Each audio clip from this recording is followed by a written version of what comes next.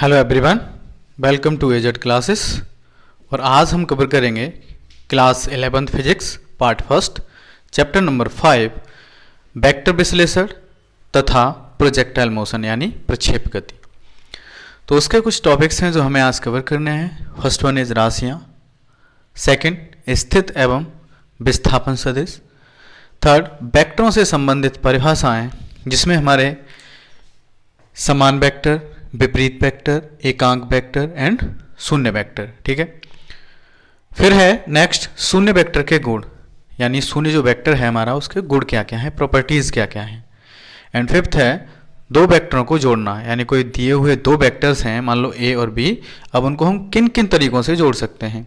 तो उसकी हम विधियों के बारे में पढ़ेंगे, त्रिभुज विधि, समांतर चतुर्भुज विधि और बहुभुज विधि।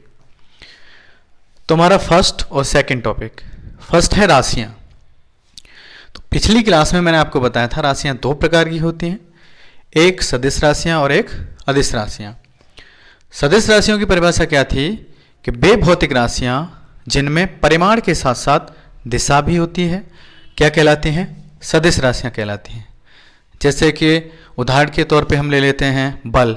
ठीक है, यानी हम कोई बल किसी वस्तु पर लगाते हैं तो किस डायरेक्शन में लगाते हैं, यानी उसकी दिशा हमें पता होना जरूरी है। अर्थात हम कह सकते हैं कि बल एक सदिश राशि है। हम सदिश राशि का एक और उदाहरण ले सकते हैं, जैसे कि वेग है। ठीक है, नेक्स्ट आ जाता है हमारा अदिश राशि। अदिश राशियों में क्या है कि वे भौतिक राशियां जिनमें सिर्फ परिमाण होता है, यानी सिर्फ मैग्नीट्यूड होता है, उसमें दिशा नहीं होती, क्या कहलाते हैं, अदिश राशियां कहलाती हैं। जैसे कि किलोग्राम है, ठीक है, मीटर है, ठीक है, यानी किलोग्राम में कोई दिशा नहीं है, यानी किसी वस्तु का भार है उसमें कोई दिशा नहीं है। ठीक है, अर्थात मान लो कोई वस्तु है 10 किलोग्राम की और मैं आपसे कहूँ कि अगर वो पूर्व दिशा में जा रही है तो क्या वेट बदल जाएगा उसका, नहीं बदलेगा, यानी वजन नहीं बदलेगा। अर्थात जो किलोग्राम है वो किसका मात्रक है, भार का मात्रक है। ठीक है, तो वो नहीं बदलेगा। अर्थात हम कह सकते हैं कि जो किलोग्राम है वो क्या है, एक स्केलर क्वांटिटी है, यानी एक अदिश राशि है। ठीक है, तो हमारा फर्स्ट टॉपिक कंप्लीट हुआ, राशियां। सेकंड टॉपिक है स्थित एवं विस्थापन सदिश। देखो, स्थित मतलब पोजीशन,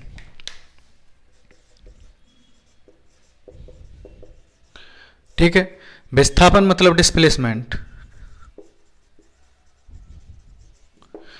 यानी हमें एक तो पोजीशन वेक्टर के बारे में बात करनी है और एक डिस्प्लेसमेंट वेक्टर के बारे में बात करनी है।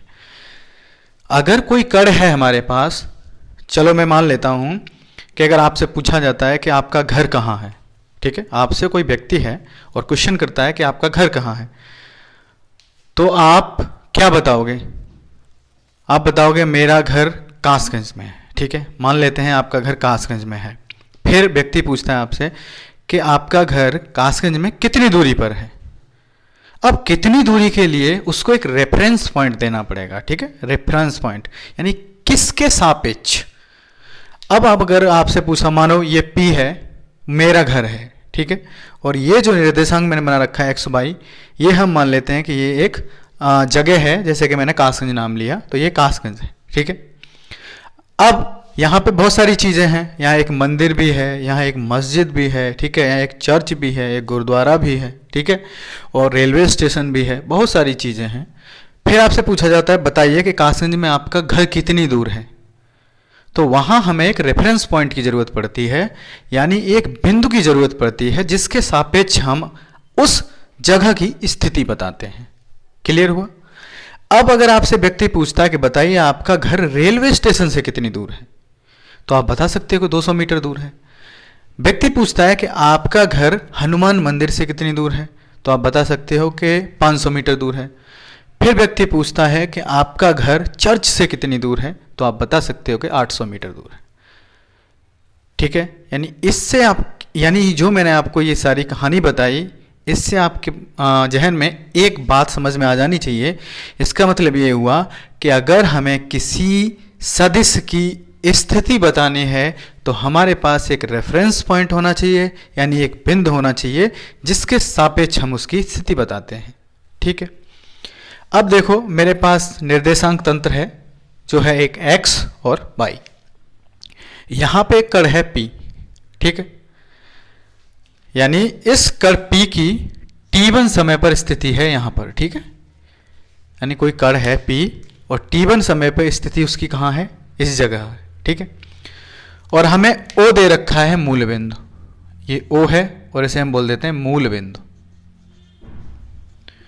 यानी अब हमें क्या है, इस मूल बिंदु, यानी हमें रेफरेंस पॉइंट दे रखा है, मूल बिंदु के सापेक्ष अब इस बिंदु की पहले क्या क्या ज्ञात करनी है, हमें पहले स्थिति ज्ञात करनी है, ठीक है। तो हमने क्या किया कि O से P को मिला दिया, ठीक है, O से P को मिला दिया। अब O से P को जब हमने मिलाया तो ये क्या बन गया, OP, ये डायरेक्शन है तो हमने इसमें ऊपर वेक्टर लगा दिया। यानी हम कह सकते हैं कि इस बिंदु P का O के सापेक्ष जो स्थित सदिश है वो क्या है, OP। क्लियर हुआ? इसे मान लेते हैं, आप कुछ भी मान लो, इसको मान लो आप ये R1 के बराबर है, ठीक है, इसे हमने मान लिया R1 है। फिर क्या हुआ कि थोड़े समय बाद अर्थात T2 समय बाद, T2 समय बाद क्या हुआ, कण P से कहां पहुंच गया, Q पर पहुंच गया। जब कण P से Q पर पहुंच जाता है तब पूछा जाता है आपसे कि अब बताइए Q का स्थित सदिश क्या है। तो हम क्या करेंगे, मूल बिंदु O से बिंदु Q को मिला देंगे, ठीक है, और अब जो हमारा स्थित सदिश बना वो क्या बना, OQ, जिसको हम किसके बराबर मान लेते हैं, R2 के बराबर मान लेते हैं। क्लियर हुआ? यानी स्थित सदिश कुछ नहीं है, स्थित सदिश ये है कि हमारे पास एक रेफरेंस पॉइंट होना चाहिए, उस रेफरेंस पॉइंट के सापेक्ष हमारी स्थिति कहाँ है उसको हम बोलते हैं स्थित सदिश। तो हमारे पास बिंदु P के स्थित सदिश क्या आया, OP, इसको हमने R1 के बराबर मान लिया। बिंदु Q का स्थित सदिश क्या आया, OQ, जिसको हमने R2 के बराबर मान लिया। क्लियर हुआ? तो हमारी स्थित सदिश वाली कहानी है वो यहां तक क्लियर हुई। फिर पूछता है विस्थापन सदिश यानी डिस्प्लेसमेंट वेक्टर क्या है, यानी इस कण का T2 समय के बाद डिस्प्लेसमेंट क्या है, यानी डिस्प्लेसमेंट वेक्टर क्या है, यानी विस्थापन सदिश क्या है। विस्थापन सदिश के लिए देखो, विस्थापन की परिभाषा क्या थी, विस्थापन की परिभाषा मैंने आपको बताई थी कि किन्हीं दो बिंदुओं के बीच यानी प्रारंभिक बिंदु और अंतिम बिंदुओं के बीच की न्यूनतम दूरी को क्या बोलते हैं, विस्थापन बोलते हैं। तो देखो ये प्रारंभिक बिंदु था, ये उसका अंतिम बिंदु है, दोनों को हमने क्या कर दिया, मिला दिया। तो जो ये दूरी होगी, जो ये दूरी होगी, यही तो इसका विस्थापन होगा। तो विस्थापन हमारा क्या है, पी क्यू, तो हमने विस्थापन लिख दिया पी क्यू। अब हमारा विस्थापन कितना आ गया, पी क्यू, अर्थात हमारा विस्थापन सदिश कितना हो गया, पी क्यू वेक्टर। ठीक है, ये हमारा हो गया विस्थापन सदिश। अब हमें R1 और R2 के पदों में इस विस्थापन सदिश को लिखना है। तो हमारा जो विस्थापन सदिश है वो कितने समय के बाद है, T2 माइनस T1। ठीक है, कैसे, देखो T1 समय पे किसी कण की स्थिति कहाँ थी, P बिंदु P पर, तो हमने P का स्थित सदिश लिख दिया OP, जिसे हमने बराबर रख दिया R1 वेक्टर के। ठीक है, आफ्टर यानी स्मॉल टाइम यानी T2 समय के बाद क्या हुआ कि जो कण P से था, P पर था, वो कहाँ पहुँच गया, अब Q पर पहुँच गया, यानी P की स्थिति चेंज हो गई और वो कहाँ पहुँच गया, Q पर पहुँच गया। जब इसकी स्थिति चेंज हुई कितने समय के बाद, T2 समय के बाद, तो हम क्या कह सकते हैं, हम कह सकते हैं कि T2 माइनस T1 समयांतराल के बाद कण का विस्थापन सदिश कितना है, PQ है, कह सकते हैं। यानी T2 माइनस T1 समयांतराल के बाद कण का विस्थापन सदिश कितना है, PQ है। ठीक है, अब देखो PQ, तो PQ बराबर हम क्या लिख सकते हैं, OQ माइनस OP, अर्थात R2 माइनस R1। ठीक है, यानी हमारा जो PQ जो डिस्प्लेसमेंट वेक्टर है, यानी जो हमारा विस्थापन सदिश है, वो है हमारा PQ, कब, T2 माइनस T1 समयांतराल के बाद। तो PQ बराबर हो गया हमारा OQ minus OP। O Q को हमने क्या माना है R2 और ओ पी को हमने क्या माना है R1, अर्थात हमारा पी क्यू इक्वल टू आ गया R2 vector minus R1 vector. तो ये हमने क्या निकाल लिया, स्थिर सदिश और विस्थापन सदिश। क्लियर हुआ।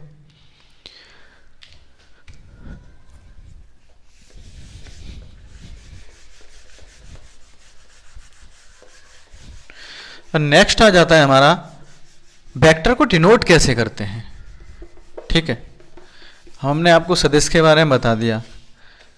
अब हमें इस चैप्टर में पढ़ना है वेक्टर के बारे में और प्रोजेक्टाइल मोशन के बारे में। तो वेक्टर को डिनोट, वेक्टर का संसूचन बोल सकते हैं। ठीक है, अब देखो वेक्टर को कैसे डिनोट करते हैं। वेक्टर को एक एरो से डिनोट करते हैं। ठीक है, किससे, एक एरो से। यानी अगर हम किसी वेक्टर को डिनोट करेंगे तो उसे किससे डिनोट करेंगे, एक एरो से डिनोट करेंगे। तो इस एरो में दो चीजें हैं। ये भाग क्या है, टेल, जिसे हम बोलते हैं पुच्छ। ठीक है, ये भाग क्या है, हेड, जिसे हम बोलते हैं सिर। ठीक है, इसे आप एरो हेड भी बोल सकते हो। ठीक है, जो इस एरो या जो इस तीर की, ठीक है, ये हम हिंदी में बोलते हैं तीर, जो इस तीर की लंबाई है, जो इस तीर की जो लंबाई है यहां से यहां तक, वो क्या बताएगी, उस वेक्टर का परिमाण बताएगी, यानी मैग्नीट्यूड।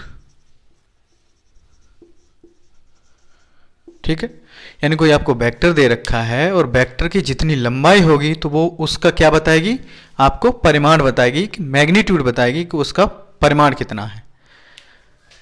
जो हेड है वो हेड उस वेक्टर की क्या बताएगा, डायरेक्शन बताएगा, यानी दिशा बताएगा।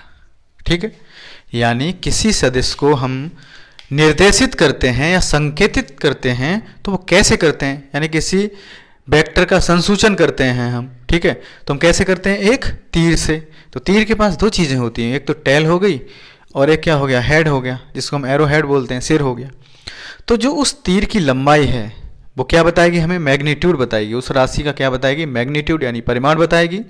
और जो हमारा एरो हेड हो गया वो क्या बताएगा, आपको डायरेक्शन बताएगा कि उस राशि की डायरेक्शन कहाँ है। ठीक है, अब अगर आपसे कहा जाए, यहां आपसे कहा जाता है कि कोई व्यक्ति है और 10 किलोमीटर पूर्व की दिशा में चलता है। ठीक है, तो आपसे कहा जाए कि इसको वेक्टर फॉर्म में दर्शाइए, तो आप क्या करोगे, हमने देखो हमारे पास क्या होता है, ये हो गया ईस्ट, वेस्ट, नॉर्थ, साउथ।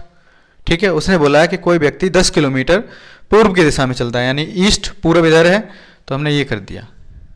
ठीक, ये हमारा पूरब है, तो हमारा जो एरो हेड यानी जो हमारे तीर का जो सिर है वो क्या बता रहा है, उसकी दिशा बता रहा है, और उसकी लंबाई हमने ले लिया ये 2, 4, 6, 8, 10। यानी अगर आपको कुछ ना लिखा दिया जाए और आपको सिर्फ इतना दे दिया जाए, ठीक है, डायरेक्शन बता के, यानी आपको नॉर्थ, साउथ, ईस्ट, वेस्ट ये बना दिया जाए, उसके बाद इस तरीके से आपको कोई वेक्टर दे दिया जाए, तो आप क्लियरली बता सकते हो कि ये जो राशि है वो कहाँ है, पूर्व की दिशा में है, और कितनी है, मैग्नीट्यूड में कितनी है, 10। ठीक है, तो हम अगर किसी वेक्टर को निर्देशित करते हैं, किससे करते हैं, एरो तीर से करते हैं। ये टेल है, ये एरो हेड है जो डायरेक्शन बताता है। इस तीर की या एरो की जो लंबाई होती है वो मैग्नीट्यूड बताती है। क्लियर हुआ। अब नेक्स्ट जो हमारा टॉपिक है वो है वेक्टरों से संबंधित कुछ परिभाषाएं।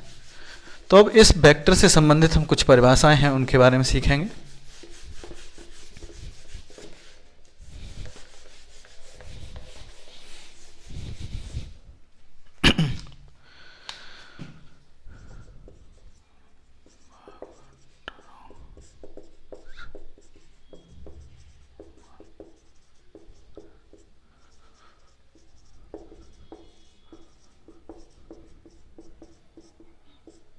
वेक्टरों से संबंधित कुछ परिभाषाएं। जिसमें फर्स्ट है समान वेक्टर। ठीक है, पहला है समान वेक्टर। ठीक है, वेक्टर में वैसे है कुछ नहीं, बट थोड़ा सा ध्यान दो, क्योंकि आगे जब 12th में आप पार्ट फर्स्ट फिजिक्स पढ़ोगे तो वेक्टर का यूज़ उसमें बहुत ज़्यादा है। ठीक है, क्योंकि डायरेक्शन, जैसे कि आप इलेक्ट्रिक फील्ड पढ़ोगे, वैद्युत क्षेत्र पढ़ोगे, ठीक है, चुंबकीय क्षेत्र पढ़ोगे, और आप कह सकते हो बल पढ़ोगे, ठीक है, यानी कूलाम का नियम वगैरह पढ़ोगे, तो उसमें आपको ज़रूरत पड़ेगी किसकी, डायरेक्शन की। और डायरेक्शन आप कब निकाल सकते हो, जब आपने ये जो सदिश विश्लेषण वाला जो चैप्टर है वो थोड़ा ढंग से पढ़ा होगा। ठीक है, तो वेक्टरों से संबंधित कुछ परिभाषाएं हैं, जिसमें पहला है समान वेक्टर। अब आपको नाम से ही पता चल रहा होगा, अर्थात ऐसे वेक्टर जो समान हो, लेकिन किस किस चीज में समान हो, तो हम लिखेंगे वे समांतर वेक्टर जो परिमाण तथा दिशा में समान हो, समान वेक्टर कहलाते हैं। यानी वे समांतर वेक्टर जो परिमाण तथा दिशा में कैसे हों, समान हों, समान वेक्टर कहलाते हैं। ठीक है, अब उदाहरण के लिए हम ले लेते हैं, देखो हमारे पास एक वेक्टर ए है, ये वेक्टर बी है, ये वेक्टर सी है, और ये वेक्टर डी है। ठीक है, अब आप इन चारों वेक्टरों पे ध्यान दीजिए। आपको लग रहा है कि ये ए बी के समांतर है, बी सी के समांतर है, सी डी के समांतर है, डी ए के समांतर है। अर्थात हमारी पहली कंडीशन क्लियर हुई कि समांतर वेक्टर, यानी वे समांतर वेक्टर जो परिमाण में तथा दिशा में समान हो। ठीक है, अब समांतर वर्ड क्यों लिया है? समांतर वर्ड इसलिए लिया है कि देखो, अब ये ए वेक्टर मान लूँ मैं, ये ए डैश मान लेता हूँ, ठीक है, और ये मैं बी डैश मान लेता हूँ, बी डैश। अब हम इन दोनों को समान वेक्टर क्यों नहीं कह सकते? क्योंकि ये क्या है, एक दूसरे के समांतर नहीं है। जब समांतर नहीं है तो इनकी डायरेक्शन अलग अलग हो जाएगी। ठीक है, अलग अलग कैसे हो जाएगी? जब आप एक्स एक्सिस से खींचोगे इसके और इसमें, इनमें एंगल में थोड़ा क्या होगा, फर्क होगा। जब एंगल में फर्क है, अर्थात दोनों के कोण समान नहीं है, अर्थात ये दोनों समांतर नहीं है। परिमाण में समान है तो दिशा अलग अलग होगी, अर्थात हम इन्हें समान वेक्टर नहीं कह सकते। ठीक है, तो इस वजह से मैंने इसमें समांतर शब्द जोड़ा है। तो वे समांतर वेक्टर जो परिमाण तथा दिशा में समान होते हैं, समान वेक्टर कहलाते हैं। अब यहां ध्यान दीजिए, ए बी सी डी चार वेक्टर हैं, vector A, vector B, vector C और वेक्टर डी। देखो ये परिमाण में समान है, यानी चारों की जो लंबाइयां हैं वो लगभग बराबर हैं। कैसी हैं? लगभग बराबर हैं, अर्थात हमारी एक कंडीशन यहाँ पे सेटिस्फाई हो गई। ठीक है, यानी परिमाण में समान है तथा दिशा में भी समान होने चाहिए। अब देखो, इसकी डायरेक्शन भी सेम है, इसकी डायरेक्शन भी सेम है, इसकी डायरेक्शन भी सेम है। बट आप देखिए कि जो वेक्टर डी है उसकी डायरेक्शन क्या है कि ए बी और सी के क्या है, अपोजिट है। इसकी जो डायरेक्शन है वो क्या है, ए बी सी के अपोजिट है, यानी विपरीत है। तो आप इस परिभाषा से कह सकते हो कि जो हमारे वेक्टर हैं vector A comma vector B तथा वेक्टर सी कैसे हैं, समान वेक्टर हैं। ठीक है, यानी डी हमारा समान वेक्टर नहीं है। क्यों? क्योंकि वो एक कंडीशन तो फॉलो करता है, यानी परिमाण में तो समान है, बट जो दूसरी कंडीशन है दिशा, उसको फॉलो नहीं करता, क्योंकि वो इन तीनों वेक्टर के कैसा है, विपरीत है, अपोजिट है। अर्थात हमारे समझ में ये आया कि वे समांतर वेक्टर जो परिमाण में तथा दिशा में दोनों में जो समान होते हैं उनको हम क्या बोलते हैं, समान वेक्टर बोलते हैं। तो हम ए बी तथा सी को क्या बोल सकते हैं, ये तीनों कैसे हैं, समान वेक्टर हैं। अर्थात हम ऐसे भी लिख सकते हैं, वेक्टर ए बराबर वेक्टर बी बराबर वेक्टर सी, बिल्कुल लिख सकते हैं। ठीक है, क्योंकि हमारे पास सेम परिमाण, सेम मैग्नीट्यूड है, सेम डायरेक्शन है। ठीक है, नेक्स्ट आ जाता है हमारा विपरीत वेक्टर।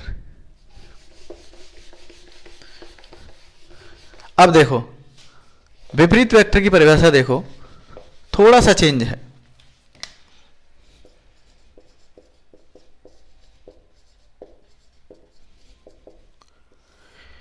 बेसमांतर वेक्टर, ठीक है, जो परिमाण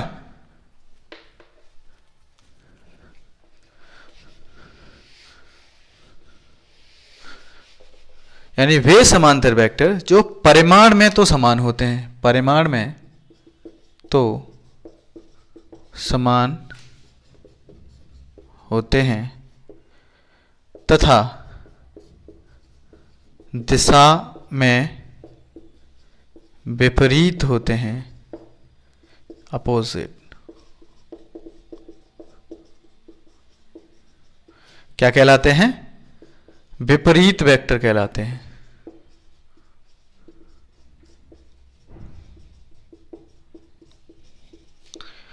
यानी वे समांतर वेक्टर जो परिमाण में तो समान होते हैं तथा दिशा में विपरीत होते हैं, कैसे कहलाते हैं? विपरीत वेक्टर कहलाते हैं। अब देखो मैंने आपको 4 उदाहरण दिए थे, यानी वेक्टर ए है, वेक्टर बी है, वेक्टर सी है और वेक्टर डी है। तो हम ए, बी और सी को तो हमने कह दिया कि ये कैसे हैं? समान वेक्टर हैं, क्योंकि परिमाण में भी समान हैं, दिशा में भी समान हैं, अर्थात हमने कह दिया कि समान वेक्टर हैं। अब आप वेक्टर डी पे विचार कीजिए। तो वेक्टर डी क्या है? देखो vector D A B C के परिमाण के तो समान है, यानी इसका जो मैग्नीट्यूड है, जो परिमाण है, जो आंकिक वैल्यू है, वो कैसी है? समान है, ठीक है। लेकिन डायरेक्शन कैसी है? बिल्कुल अपोजिट है, ठीक है। सी मान लो जा रहा है पूरब में, तो डी कहाँ जा रहा है? पश्चिम में। तो हम क्या कह सकते हैं यहाँ से कि जो हमारा ए है, जो हमारा डी है, vector D, vector A comma vector B comma vector C का क्या है? विपरीत वेक्टर है या विपरीत सदिश है, ठीक है। या वेक्टर बोल सकते हो या सदिश बोल सकते हो। यानी विपरीत वेक्टर नाम से ही पता चलता है, वहाँ समान था तो समान थे, किसमें? दिशा में और परिमाण में। यहाँ पे विपरीत है तो किस में विपरीत? डायरेक्शन में, ठीक है। परिमाण में कोई चेंजिंग नहीं होगी, यानी परिमाण आपस में कैसा होगा? इक्वल होगा, बस दिशा में चेंजिंग हो जाएगी। यानी क्या हो जाएगा? एक दूसरे के अपोजिट हो जाएंगे, विपरीत हो जाएंगे, तो हम क्या बोल देंगे? उन्हें विपरीत वेक्टर बोल देंगे, ठीक है। नेक्स्ट आ जाता है हमारा एकांक वेक्टर। देखो ये भी आपके समझ में आ रहा होगा नाम से ही। एकांक का मतलब क्या होता है? एक, है ना। नेक्स्ट है हमारा एकांक वेक्टर। तो एकांक वेक्टर का मतलब है एक, ठीक है। यानी ऐसा वेक्टर जिसका परिमाण कैसा हो? एक हो। तो हम लिख सकते हैं ऐसा वेक्टर या आप बोल सकते हो सदिश जिसका परिमाण एक हो, एकांक वेक्टर कहलाता है, ठीक है। अब देखो माना कोई सदिश वेक्टर ए है,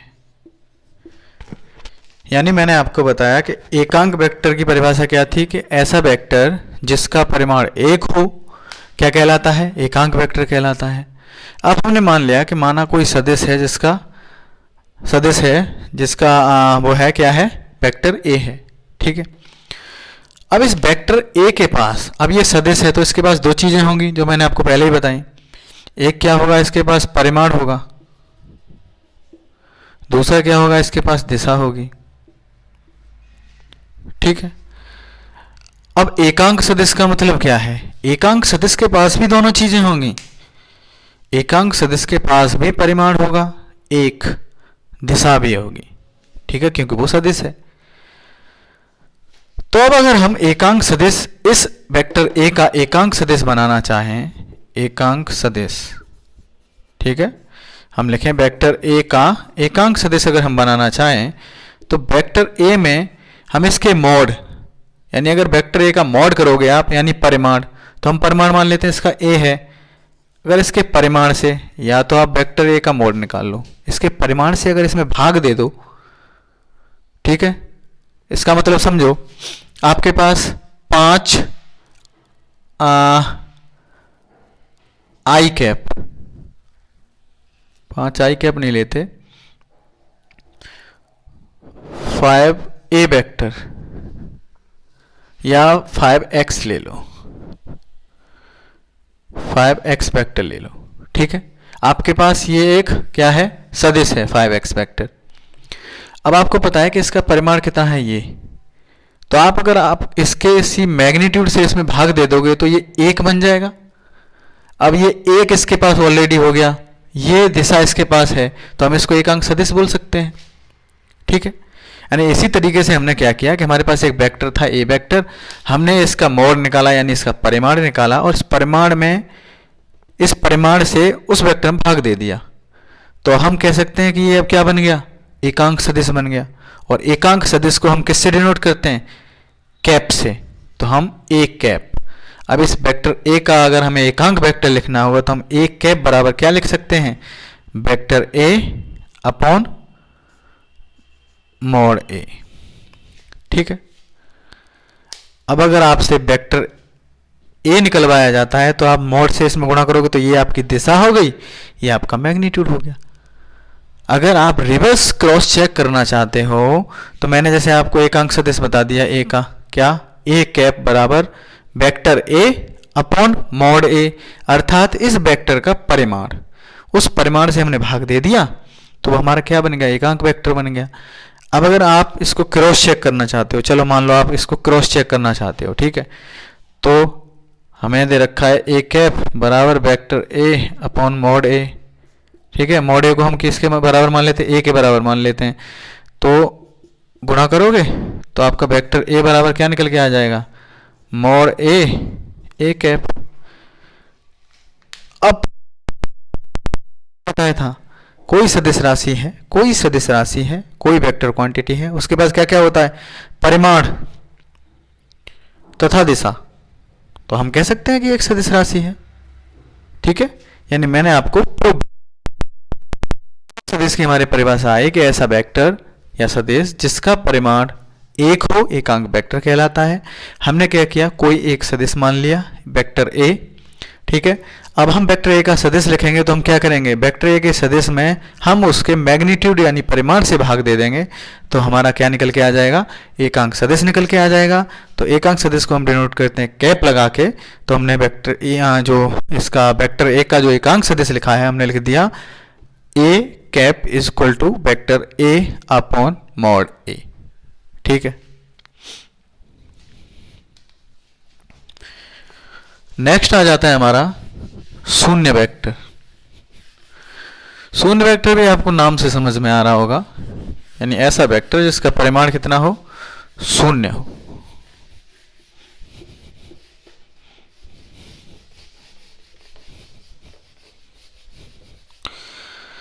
नेक्स्ट आ जाता है शून्य वेक्टर, ठीक है। यानी ऐसा वेक्टर या सदिश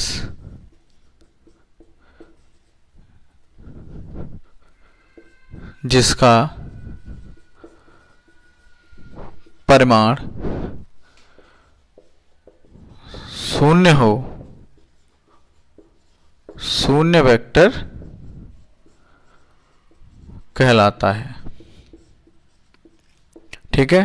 इसे किससे प्रदर्शित करते हैं, ये हो गया, शून्य के ऊपर आप वेक्टर लगा दो, इसे प्रदर्शित करते हैं, ठीक है। यानी हमने शून्य के ऊपर क्या लगा दिया, वेक्टर लगा दिया, तो हम क्या बोलेंगे इसे, ये शून्य वेक्टर है, ठीक है, जिसका परिमाण शून्य होता है, क्या कहलाता है, शून्य वेक्टर कहलाता है, ठीक है। नेक्स्ट टॉपिक है हमारा शून्य वेक्टर के गुण। तो शून्य वेक्टर के 3 गुण हैं, ठीक है। नंबर 1 क्या है कि किसी परिमित वेक्टर a के साथ अगर शून्य वेक्टर ये जोड़ा जाए तो परिमित वेक्टर का मान अपरिवर्तित रहता है। यानी मैंने बहुत लंबी लाइन लिखा दी है ना। किसी परिमित वेक्टर a के साथ अगर शून्य वेक्टर को जोड़ा जाता है तो जो परिमित वेक्टर a है उसके मान पर कोई प्रभाव नहीं पड़ता, अर्थात अपरिवर्तित रहता है। इसका मतलब यह है कि हमारे पास कोई वेक्टर a है और उसमें अगर हम शून्य वेक्टर को जोड़ें तो उसका मान कितना रहता है, वेक्टर a ही रहता है। यानी जो ये 2 लाइन लिखी हुई हैं उसका मतलब सिर्फ इतना है कि अगर हम किसी परिमित वेक्टर में या किसी वेक्टर में शून्य वेक्टर को अगर जोड़ें तो हमारे उस वेक्टर का जो मान है, परिमित वेक्टर का जो वैल्यू है वो अपरिवर्तित रहती है। तो हमारे शून्य वेक्टर का पहला गुण हो गया। नेक्स्ट दूसरा गुण है शून्य वेक्टर में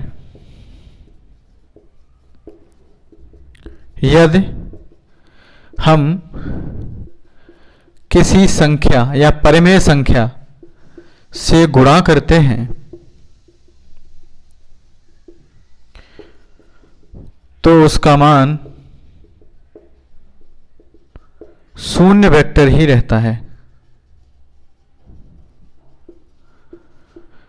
इन 2 लाइनों का मतलब यह है कि अगर हम कोई शून्य वेक्टर दे रखा है हमें और हम किसी परिमित संख्या, मान लो हमारे पास कोई परिमित संख्या n है और इसमें अगर इसका गुणा करें तो हमारे पास जो वैल्यू आएगी वो कितनी आएगी, शून्य वेक्टर ही आएगा। अर्थात शून्य वेक्टर में हम यदि किसी परिमेय संख्या या परिमित संख्या n से गुणा करें तो उसका मान शून्य वेक्टर ही रहता है, यानी इसका मान अपरिवर्तित रहता है। ठीक है, यानी मैंने शून्य वेक्टर के आपको 2 गुण बता दिए। शून्य वेक्टर के 3 गुण हैं, तो जो तीसरा गुण है वो है थर्ड, यदि किसी परिमित वेक्टर a में शून्य से गुणा करते हैं तो उसका मान शून्य वेक्टर होता है। इसका मतलब यह है, देखो इसका मतलब क्या है, यानी यदि किसी परिमित वेक्टर a, यानी हमारे पास वेक्टर a है, उसमें अगर हम किससे गुणा करते हैं, शून्य से, तो उसका मान किसके बराबर आता है, शून्य वेक्टर के बराबर आता है। क्लियर हुआ? यानी हमारे पास शून्य वेक्टर के गुण थे 3, तीनों गुणों को मैंने एलेबोरेट किया है। फर्स्ट है कि किसी परिमित वेक्टर a में अगर हम शून्य वेक्टर को जोड़ें तो उस परिमित वेक्टर के मान पर कोई प्रभाव नहीं पड़ता, अर्थात अपरिवर्तित रहता है। नेक्स्ट है शून्य वेक्टर में यदि हम किसी संख्या से गुणा करें, यानी किसी परिमित संख्या से अगर हम किसी शून्य वेक्टर में गुणा करते हैं तो उस वेक्टर पर कोई प्रभाव नहीं पड़ता, अर्थात शून्य वेक्टर है तो शून्य वेक्टर ही रहेगा। थर्ड, यदि किसी परिमित वेक्टर a में अगर हम शून्य से गुणा कर दें तो उसका मान परिवर्तित हो जाता है, अर्थात अब परिमित वेक्टर किस में बदल जाता है, शून्य वेक्टर में। क्लियर हुआ? नेक्स्ट टॉपिक है हमारा 2 वेक्टरों को जोड़ना, यानी वेक्टरों का योग कैसे करना होता है। यानी हमारे पास 2 वेक्टर दे रखे हैं, अब आपसे कहा जाएगा इन 2 वेक्टरों को जोड़ के और इनका परिणाम ही ज्ञात कीजिए। तो अब हम उन 2 वेक्टरों को किस किस तरीके से जोड़ेंगे, तो आपको 3 तरीके दे रखे हैं उनको जोड़ने के, त्रिभुज विधि, समांतर चतुर्भुज विधि, और अगर 2 या 2 से अधिक वेक्टर दे रखे हैं जोड़ने के लिए तो थर्ड, बहुभुज विधि। तो हमारी पहली विधि है त्रिभुज विधि। तो हम लिखेंगे माना तो वेक्टर ए तथा वेक्टर बी हैं। यानी हमारे पास दो वेक्टर हैं, एक क्या है वेक्टर ए है और एक क्या है वेक्टर बी है। ठीक है, जो कि आपको चित्र ए में दिखाया गया है। यानी चित्र ए में दिखाया गया है कि एक वेक्टर ए है जिसकी डायरेक्शन ये है, एक वेक्टर बी है जिसकी डायरेक्शन ऊपर की ओर है। ठीक है, अब हम इन दोनों वेक्टरों का योग करने के लिए हम सबसे पहले क्या करेंगे, हम लिखेंगे सर्वप्रथम हम दोनों वेक्टरों का योग करने के लिए वेक्टर ए को खींचते हैं। हमने क्या किया कि सर्वप्रथम हमने क्या किया, यहां से वेक्टर ए को खींचा। ठीक है, फिर वेक्टर ए के एरो हेड, हम बोल सकते हैं बाणाग्र। बाणाग्र का मतलब बाण का आगे का भाग, इसे हम बोल सकते हैं एरो हेड। ठीक है, ठीक है, यानी फिर वेक्टर ए के बाणाग्र अर्थात एरो हेड से वेक्टर बी को खींचते हैं। हमने सबसे पहले क्या किया कि यहां से वेक्टर ए खींचा। ठीक है, जो कि मैंने आपको बताया सर्वप्रथम हम दोनों वेक्टरों का योग करने के लिए क्या करते हैं, वेक्टर ए को खींचते हैं। अर्थात एरो हेड यानी जो इसका हेड है वहां से वेक्टर बी को खींचते हैं, यानी जो डायरेक्शन दे रखी है उसी में हमने वेक्टर बी को खींच दिया। ठीक है, फिर वेक्टर ए के प्रारंभिक बिंदु से वेक्टर बी के वेक्टर ए के प्रारंभिक बिंदु से तथा वेक्टर बी के हेड, इसको बोल सकते हैं बाणाग्र, को मिलाते हैं, को मिलाते हुए या मिलाते हैं या मिलाते हुए एक वेक्टर खींचते हैं। हमने क्या किया, सबसे पहले एक वेक्टर ए खींचा, फिर वेक्टर ए के जो एरो हेड था यानी जो सिर था उससे यहां से हमने एक वेक्टर बी खींच दिया जिसे हमें जोड़ना था। टेल से और वेक्टर बी को जो वेक्टर बी का हेड है एरो हेड है उसको मिलाते हुए एक वेक्टर खींच दिया जिसे हम मान लेते हैं ये आर वेक्टर है। ठीक है, किससे डिनोट करते हैं हम, आर वेक्टर से। तो यही जो आर वेक्टर होगा वही इन दोनों का योग होगा। ठीक है, मिलाते हुए एक वेक्टर खींचते हैं जिसे आर मतलब परिणामी पूछा है, परिणामी को इंग्लिश में बोलते हैं रिजल्टेंट पूछते। रिजल्टेंट का मतलब क्या है, आर, अर्थात हम इसे आर से डिनोट कर लेते हैं। ठीक है, तो जिसे आर से प्रदर्शित करते हैं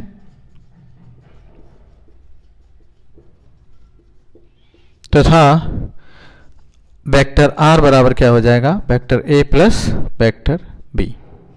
ठीक है, यानी हमने क्या किया कि सबसे पहले वेक्टर ए खींचा, फिर उसके हेड से मिलता हुआ वेक्टर बी खींचा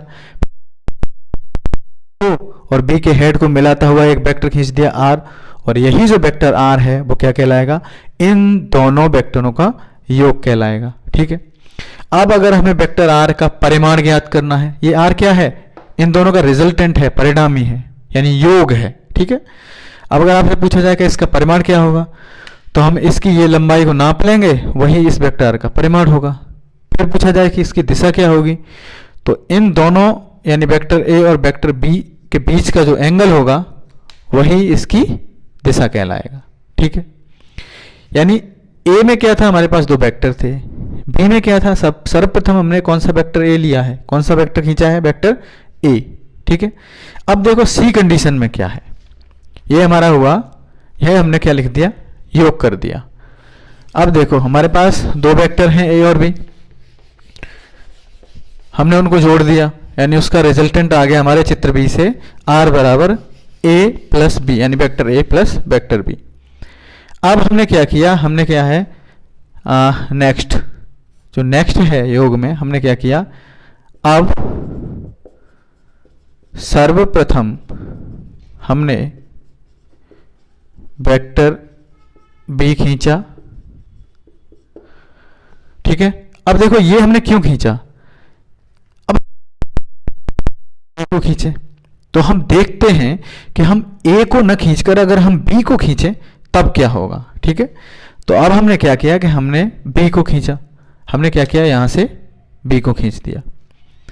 तो ये वाली कंडीशन तो इसमें भी फॉलो की थी कि जिसको हम सर्वप्रथम खींचते हैं और जिसको हम उस दूसरे को जोड़ते हैं ना, उसका जो दूसरा है उसका टेल उसके हेड से कनेक्ट होना चाहिए। ठीक है, यानी अब हमने बी को खींचा है तो बी के हेड से हम किसको खींचेंगे, ए को। तो हमने क्या किया, सबसे पहले हमने बी को खींचा, फिर बी के हेड यानी सिर से मिलता हुआ वेक्टर ए खींचा।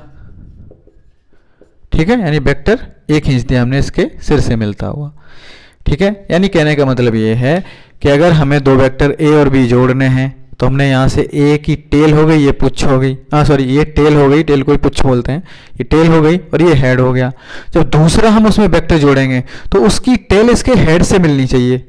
ठीक है, अब देखो इस कंडीशन में हमने ए खींचा, ए के हेड से इसकी टेल मिल रही है।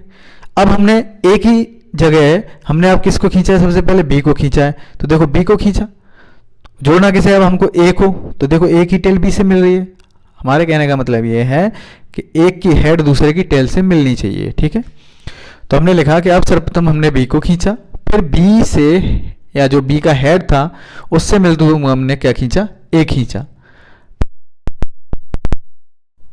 खींचा, अतः अब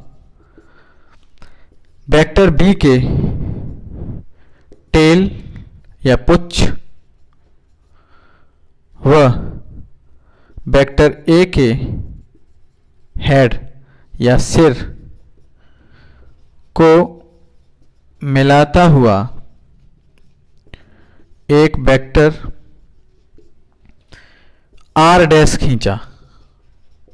हमने क्या किया, इस जो वेक्टर खींचा है उसका हमने मान लिया नाम क्या है, आर डैश खींचा। तो जो यही आर डैश है वो आर डैश किसके बराबर हो जाएगा, वेक्टर ए प्लस बी के। लेकिन सबसे पहले हमने इसमें क्या जोड़ा है, बी, तो अब हम इसको ए प्लस बी नहीं लिखेंगे, हम इसको क्या लिखेंगे, बी प्लस ए। क्लियर हुआ, यानी हमने सबसे पहले बी को ए में जोड़ा है तो हम लिखेंगे बी प्लस ए। ठीक है, अब हमें यहां से ध्यान देने वाली बात क्या है, अब देखो इसकी डायरेक्शन जो हमारा आर है, इसकी डायरेक्शन देखो और इसकी डायरेक्शन देखो, ये आपको ऐसा प्रतीत नहीं हो रहा कि एक दूसरे के समांतर हैं, यानी वेक्टर आर और वेक्टर आर डैश देखो एक दूसरे के समांतर हैं, डायरेक्शन भी सेम है। जब डायरेक्शन भी सेम है यानी दिशा भी सेम है, परिमाण में भी समान है, तो पहले आपको बताया था, क्या बताया था, समान वेक्टर। तो समान वेक्टर में क्या था कि परिमाण और दिशा दोनों में समान हो तो वो कैसे हो जाएंगे, समान वेक्टर हो जाएंगे। अर्थात हम कह सकते हैं वेक्टर आर और वेक्टर आर डैश कैसे हैं, समान वेक्टर हैं। तो अब हम क्या लिख सकते हैं, चूंकि वेक्टर आर व आर डैश समान वेक्टर हैं, ठीक है, अर्थात हम क्या लिख सकते हैं, वेक्टर आर बराबर वेक्टर आर डैश। क्लियर हुआ। अब देखो वेक्टर आर बराबर क्या निकाला था हमने थोड़ी देर पहले, ए प्लस बी। तो वेक्टर आर बराबर क्या हो गया, ए प्लस बी बराबर वेक्टर आर डैश का मान हमने अभी क्या निकाला था, बी प्लस ए। इससे हमारे क्या समझ में आया, इससे हमारे समझ में आया कि जो हमारा त्रिभुज विधि से वेक्टरों का योग है वो किस नियम का पालन करता है, क्रम विनिमय नियम का।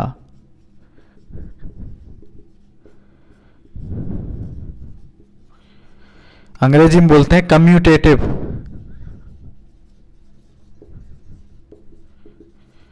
ठीक है, यानी जो हमारा त्रिभुज विधि से हमने वेक्टरों का योग निकाला वो हमारा किस नियम का पालन करता है? क्रम विनिमय नियम का, अर्थात कम्यूटेटिव लॉ का। क्रम विनिमय नियम क्या है? अगर आपसे कहा जाए कि 10 + 5 जोड़ो तब भी 15 हो रहा है, या 5 + 10 जोड़ो तब भी 15 हो रहा है। यानी अगर ए आप 10 को मान लेते हो, बी 5 को मान लेते हो, तो देखो यहाँ से क्या हो गया, यहाँ से क्या हो गया, a + b = 15 है, और होगा b + a = 15 है। बात तो वही है। क्रम विनिमय का मतलब है हमने उसके क्रम को अस्त व्यस्त कर दिया, यानी पहले हमने b को जोड़ लिया, बाद में a को जोड़ लिया, या हमने पहले a को जोड़ लिया, बाद में b को जोड़ लिया। तो हम कह सकते हैं कि हमारा जो वेक्टरों के योग में जो त्रिभुज विधि है उससे जब हम किन्हीं वेक्टरों का योग करते हैं तो हमारे क्रम विनिमय नियम यानी कम्यूटेटिव लॉ का पालन करता है। क्लियर हुआ? अब जो वेक्टरों के योग वाली हमारी नेक्स्ट विधि है वो है समांतर चतुर्भुज विधि। ठीक है। अब समांतर चतुर्भुज विधि में क्या है कि समांतर चतुर्भुज विधि क्या कहती है कि किन्हीं दो वेक्टर a और b का योग उस समांतर चतुर्भुज के विकर्ण से प्रदर्शित होता है जिसमें या जिसकी जो समांतर चतुर्भुज दे रखा है जिसकी दो संलग्न भुजाएं, संलग्न मतलब एक साथ, यानी ये एक दूसरे से कनेक्टेड होनी चाहिए है। ठीक है। दो संलग्न भुजाएं वेक्टर a तथा वेक्टर b से निर्देशित हों। ठीक है। अब इसकी हम परिभाषा लिखेंगे तो समांतर चतुर्भुज विधि में क्या है कि समांतर चतुर्भुज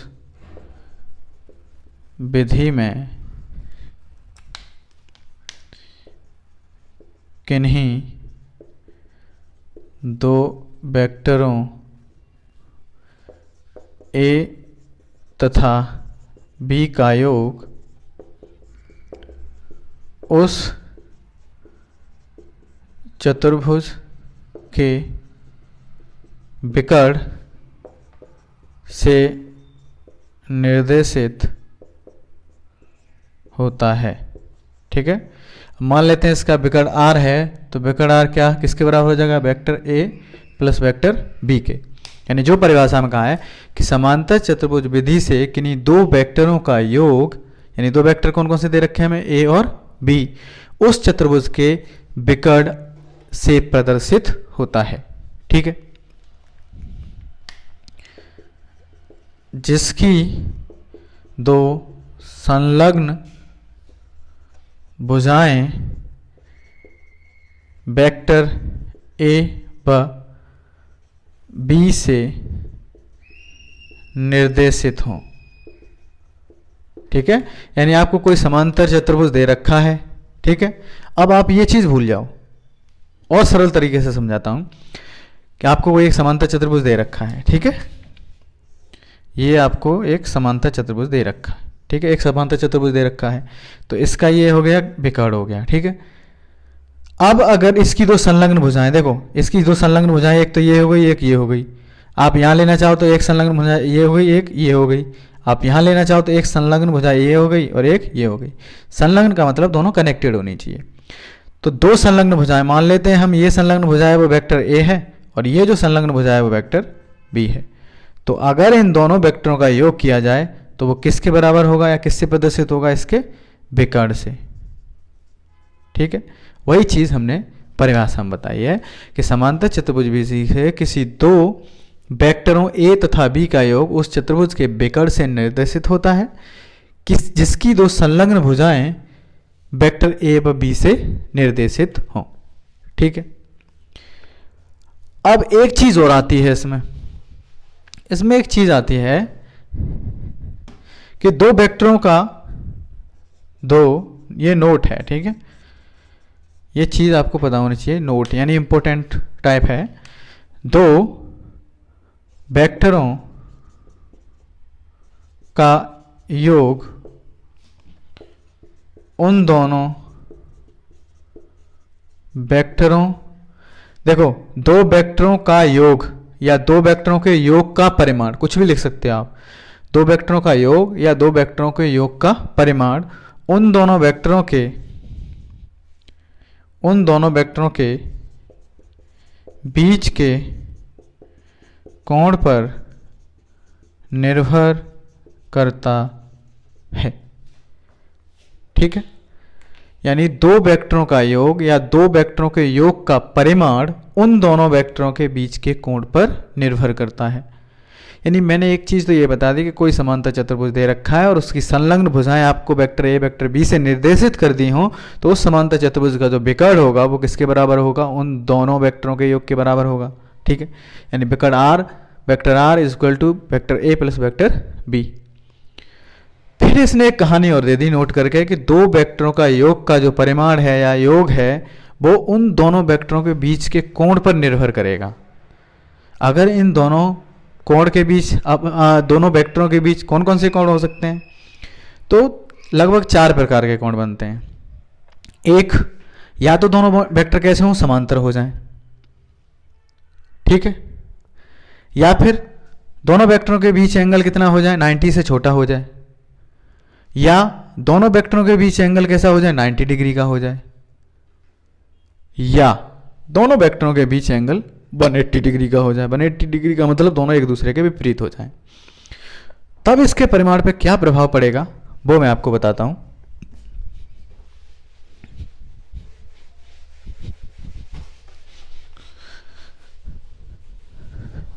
अब देखो, ये सिर्फ समझने वाली बात है। कंडीशन ए में देखो, वेक्टर ए और वेक्टर बी।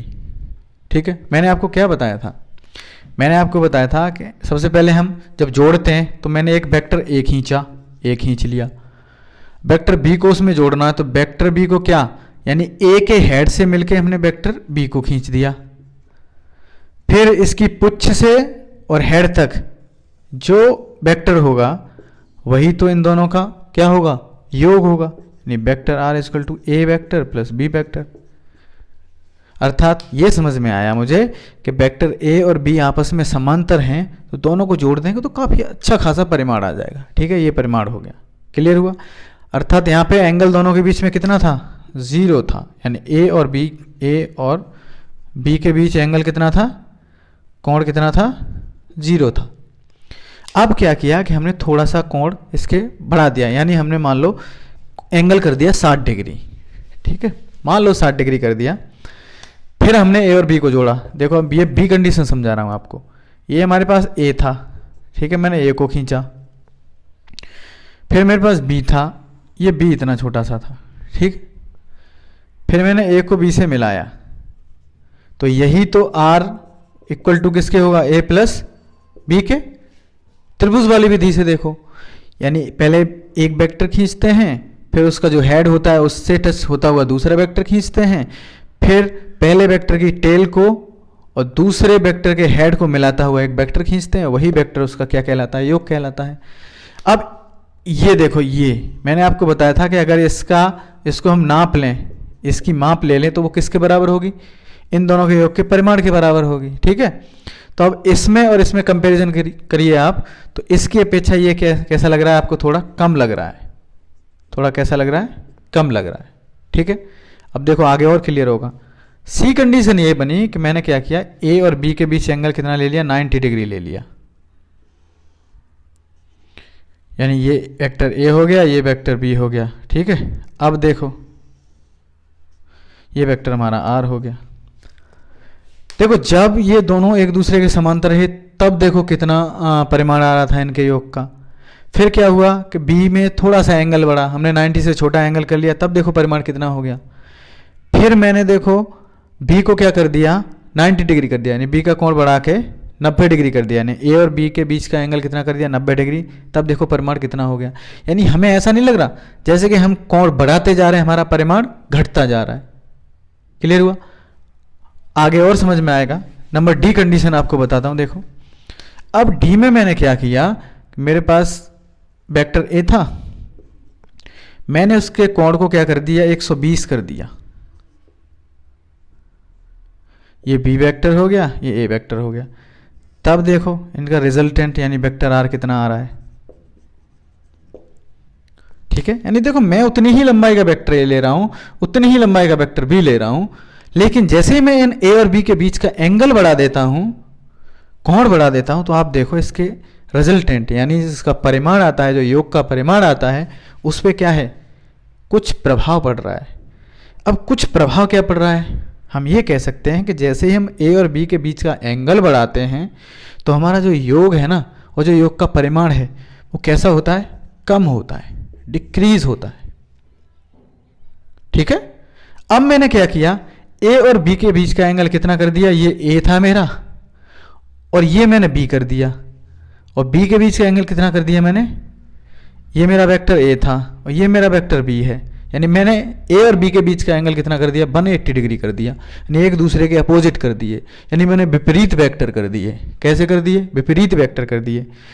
तो इसकी पुच्छ और इसके हेड को मिलाने वाला यही तो होगा इनका योग।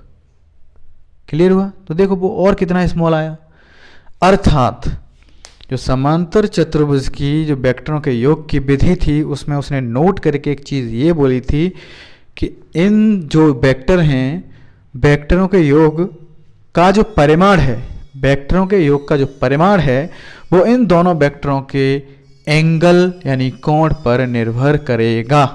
क्लियर हुआ। अब ये चीज़ आपसे कभी कभी कंपटीशन में पूछ लेता है, ठीक है, बहुविकल्पी क्वेश्चन में, थ्योरी में पूछेगा कि अगर समांतर चतुर्भुज विधि में अगर ये बताइए कि जो हमारे वेक्टर्स हैं उनका योग का परिमाण निम्न में से किस पर निर्भर करता है। ठीक है। तो निम्न में से किस पर निर्भर करता है, उसमें कई सारी चीज़ें दे रखी होंगी, वेक्टरों की लंबाई पर, ठीक है, और वेक्टरों के बीच के कोण पर एक्सेट्रा। ठीक है। तो आप उसमें क्या लगाओगे कि वेक्टरों के बीच के कोण पर निर्भर करता है। क्लियर हुआ।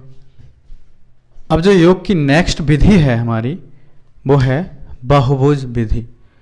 अब बहुभुज का मतलब ये है कि अब तक हमने क्या किया था कि दो वेक्टरों को जोड़ा था, तो दो वेक्टरों को जोड़ने के लिए हमने दो विधियों का प्रयोग किया था। नंबर 1 त्रिभुज विधि, नंबर 2 समांतर चतुर्भुज विधि। अब हमें क्या करना है कि दो या दो से अधिक, 2 हो, 3 हो, 4 हो, 5, अगर 2 या 2 से अधिक वेक्टर हैं और अगर हमें उनका योग निकालना है तो हम किस विधि का प्रयोग करेंगे, बहुभुज विधि का। ठीक है। अब यहाँ चित्र में देखो आप, चित्र ए में आपको दर्शाया गया है हमारे पास कितने वेक्टर हैं, 4 वेक्टर हैं, vector A, vector B, vector C, vector D. अब इनका हमें योग ज्ञात करना है। ठीक है। तो देखो अब ये कोई विधि नहीं है, जैसे हमने 2 में और 3 में जोड़ा था ना, उसी प्रकार से जोड़ना है। तो बहुभुज विधि में हम क्या करते हैं, बहुभुज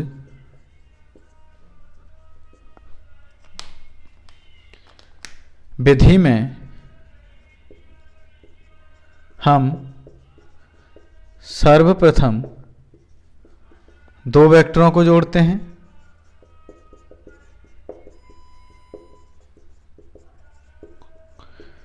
फिर उनके परिणामी में अन्य वेक्टर को जोड़ते हैं,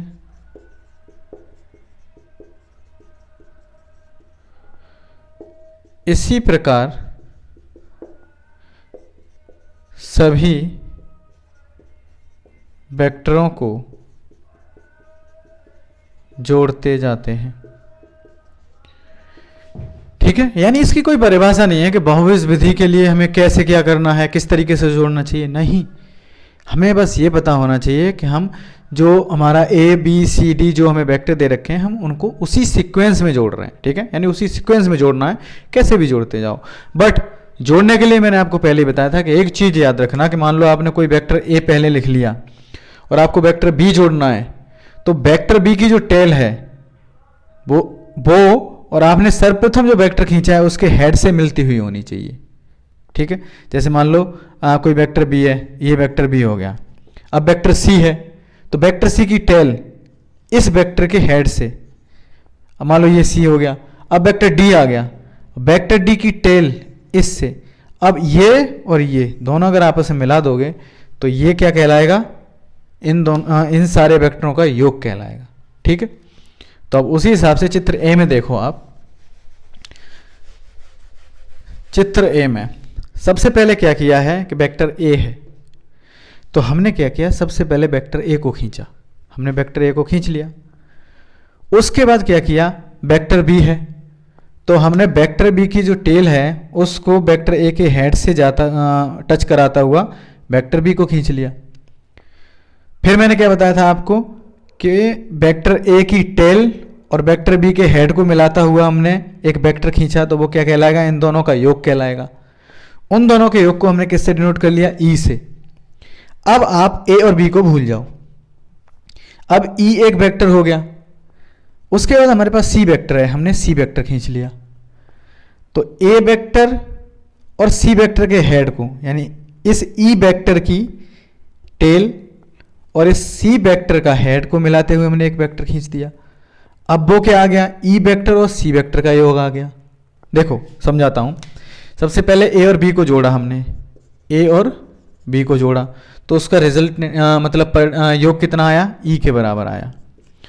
फिर हमने ई और सी को जोड़ा, किसके बराबर आया, एफ के। ठीक है, अब ये भूल जाओ, अब ये एफ आ गया। अब हमारा क्या बचा यहाँ, डी। तो हमने एफ की, देखो ये है हेड, और एफ के हेड से हमने डी को जोड़ा और एफ की टेल को और डी के हेड से मिलाया, तो हमें क्या मिला, आर। तो आर बराबर हमारा क्या आ गया, F plus D, F plus D. Clear हुआ, ये आर बराबर हमारा आ गया एफ प्लस डी। ठीक है, यानी एक तो आपके पास ये तरीका है कि आपने इस तरीके से जोड़ लिया। देखो हमें ज़रूरत है नहीं, वैसे हमें ज़रूरत है नहीं कि हम इसका ई निकालें फिर ये एफ निकालें, ये कोई ज़रूरत नहीं है हमें। हम डायरेक्ट ए बी फिर सी डी और इसको ये डी है, इससे ये मिला देंगे, हमारा जोड़ निकल के आ गया। ठीक है, तो हमारा ये जोड़ है, तो हमने क्या क्या जोड़ा, ए बी सी डी। तो हम आर बराबर ये भी तो लिख सकते हैं, A plus B plus C plus D. कैसे, अब आप कहोगे सर आपने direct A plus B plus C D ऐसे कैसे रख दिया भाई। तो देखो हमारा आर बराबर एफ प्लस डी निकला। ठीक है, अब आर बराबर हमारा निकला एफ प्लस डी। एफ की जगह हम क्या रख सकते हैं, ई प्लस सी, तो एफ की जगह रख दो E plus C plus D. E की जगह हम क्या रख सकते हैं, ए प्लस बी, तो A plus B plus C plus D. भाई वही हुआ ना। अब आर यानी हमारा आर बराबर कितना आ गया, A plus B plus C plus D. Clear हुआ। अब एक क्वेश्चन यहाँ पे ये होता है, अर्थात कहने का मतलब क्या हुआ, हमें ई और एफ लेने की कोई ज़रूरत है नहीं। ठीक है, ई और एफ अगर हम ना लें और इनके क्रम के हिसाब से अगर इनको जोड़ें, तब भी हमारा योग कैसा आएगा, एकदम करेक्ट आएगा। अब क्या कहता है कि अब वो कहता है कि भाई अगर ऐसा ना हो, मैं पहले मैं पहले ए को नहीं ले रहा, या मैं पहले सी को नहीं ले रहा, सी से पहले मैं बी को लूँगा, या बी से पहले मैं डी को लूँगा, मैं नहीं क्रम से जोड़ रहा। अभी हमने क्या किया था, हमने क्रम से जोड़ा था, पहले ए लिया फिर बी लिया फिर हमने सी लिया फिर डी लिया। अब उसने क्या किया कि उसने क्रम बिगाड़ दिया। अब उसने क्या किया कि सबसे पहले उसने ले लिया ए को, उसने ए ले लिया। ठीक है, चलो थोड़ा सा इधर करते हैं, ये उसने ले लिया ए को पहले। ठीक है, फिर उसने सी को ले लिया। अब सी को कैसे लेगा, अब सी को यहां से नहीं ले सकते आप।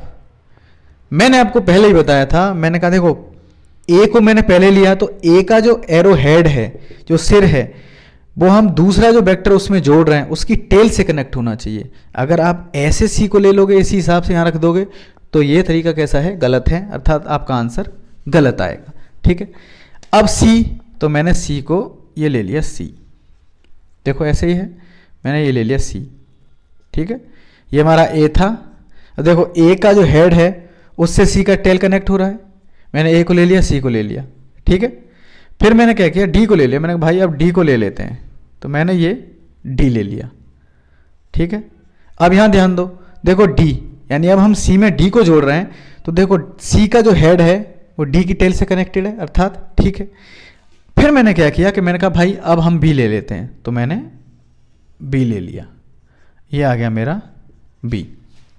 ठीक है, जब मैंने बी लिया तो अब मैंने क्या किया कि जो ए था हमारा प्रारंभिक, वहाँ से मैंने इसको इससे कनेक्ट होता हुआ एक आर खींच दिया। ठीक है, अब मान लेता हूँ मैं इसको ये आर डैश है, तो अब आर डैश बराबर मैं क्या लिख सकता हूँ, A plus C plus D plus B. अरे भाई सबसे पहले मैंने कैसे जोड़ा था, सबसे पहले मैंने जोड़ा था आर बराबर A plus B plus C plus D, ऐसे ही तो जोड़ा था, यानी क्रम से जोड़ा था। अब मैंने इसका क्रम बिगाड़ दिया, बट ये बात ध्यान रखना, हेड और टेल वाला चीज़ें को मतलब आप ध्यान में रखोगे तो एकदम सही रहेगा। अब देखो हमारा जो यहाँ पे ए और डी का लास्ट में जो आया था वो रिजल्टेंट ऐसे आया था, ये आर। ठीक है, यही तो था हमारा, ये ऐसे, ये हो गया ए, ये हो गया बी, ये हो गया सी, ये हो गया डी, ऐसे ही तो था। तो ये जो हमारा रिजल्टेंट आया था उसमें और इसमें ध्यान दो, ये दोनों परिमाण में कैसे दिख रहे हैं आपको, समान, परिमाण में समान, दोनों एक दूसरे के समांतर नहीं लग रहे आपको, तो ये दोनों एक दूसरे के समांतर भी हैं। जब एक दूसरे के समांतर हैं, परिमाण में समान हैं, तो फिर मैंने आपको क्या बताया था, हम क्या लिख सकते हैं इनको, समान वेक्टर, है ना। समान वेक्टर की परिभाषा क्या थी, वे वेक्टर जिनका परिमाण व दिशा कैसा हो, समान वेक्टर कहलाते हैं।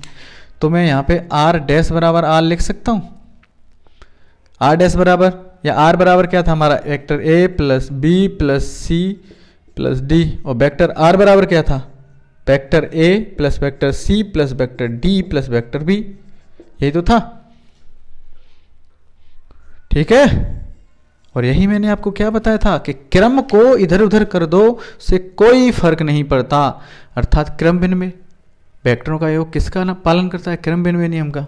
इसको हम बोल सकते हैं साहचर्य भी होते हैं, ये साहचर्य भी होते हैं। ठीक है,